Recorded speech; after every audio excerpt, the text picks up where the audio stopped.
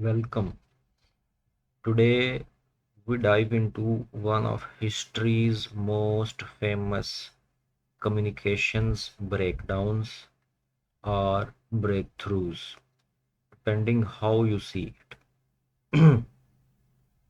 Think Paul Revere, midnight on April 18th, 1775.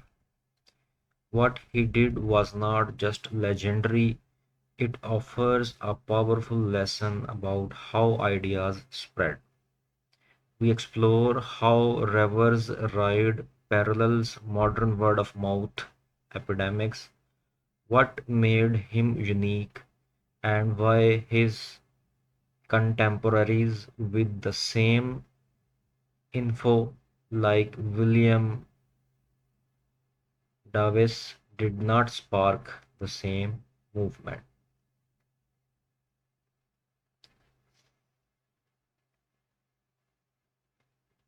This is the ninth video of the series on the famous book of Malcolm Gladwell, The Tipping Point. If you have not watched the previous 8 videos, you can find them on the playlist by the name of The Tipping Point. So let's get back to the midnight ride. Picture this. It's April 18, 1775 in Boston, USA. A young stable boy overhears a British officer speaking ominously of hell to pay tomorrow. He rushes the news to Paul Revere. Earlier that day, Revere himself had noted strange British military activity around Boston Harbor and Long Wharf. That afternoon, Revere met with Joseph Warren and made a bold plan. Send word to the countryside. That night, 10 o'clock, Revere stealthily crossed the harbor to Charlestown, mounted his horse, and began his ride. In 2 hours, he covered 13 miles, town by town, Charlestown, Medford, North Cambridge, Menotomy. He knocked on doors, alerted leaders, spread the message. The British were coming. Bells rang, drums beat, midnight riders multiplied, relaying the alarm until Lincoln was alerted by 1 a.m., Sudbury by 3 a.m., and Andover by 5 a.m. 40 miles away, Ashby heard the news by 9 in the morning. British troops marching the next morning into Lexing- Lexington faced prepared colonial militia, and this confrontation ignited the American Revolution.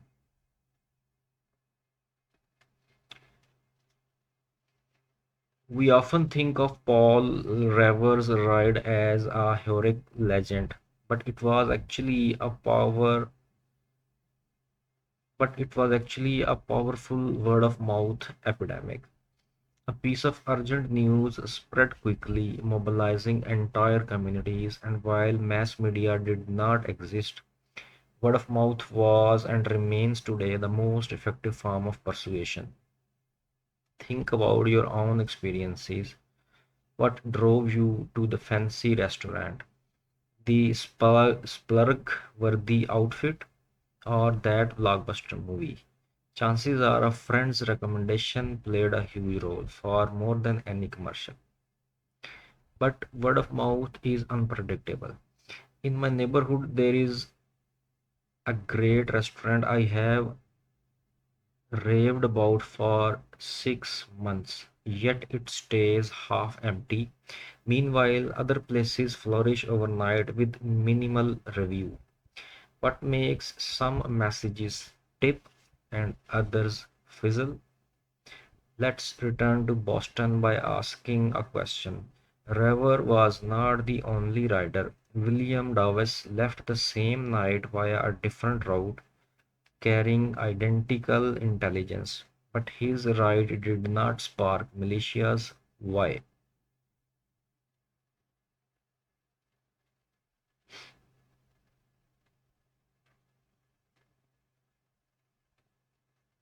Both men had crucial information, but Rever's right ignited, while Davis did not.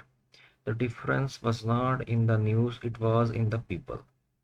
This illustrates the law of the few, a principle stating that social epidemics rely on a small number of special individuals.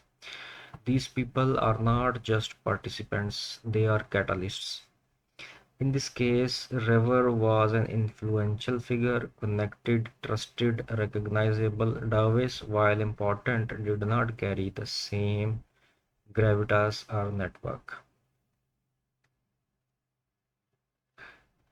Gladwell identifies three key types. Number one is connectors.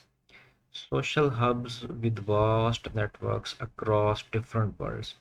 Revere knew the right people, community leaders, tavern keepers, militia captains. Number two are the Mavens, information specialists who know where the good deals are, who share information with authority. They are trusted voices. And the third category is salesmen. Charismatic persuaders, they can convince through charm, enthusiasm, and persistence.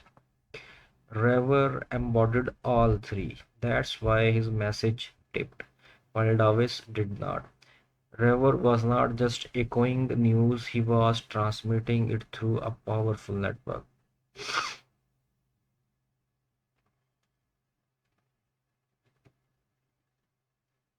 So, what are the lessons for today's video? The essence of the lesson: if you want something to spread, an idea, a product, a movement, you need to channel it through the right few. It's not enough for the message to be good.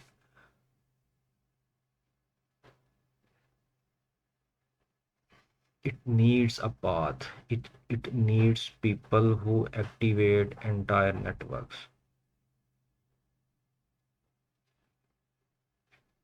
So whether you are launching a startup, advocating for a cause, or just sharing something you believe in, ask yourself, who are the river type people in my life or industry who already has trust, access, connections?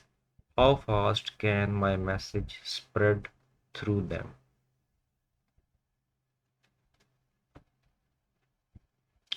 So, what is the conclusion of today's video?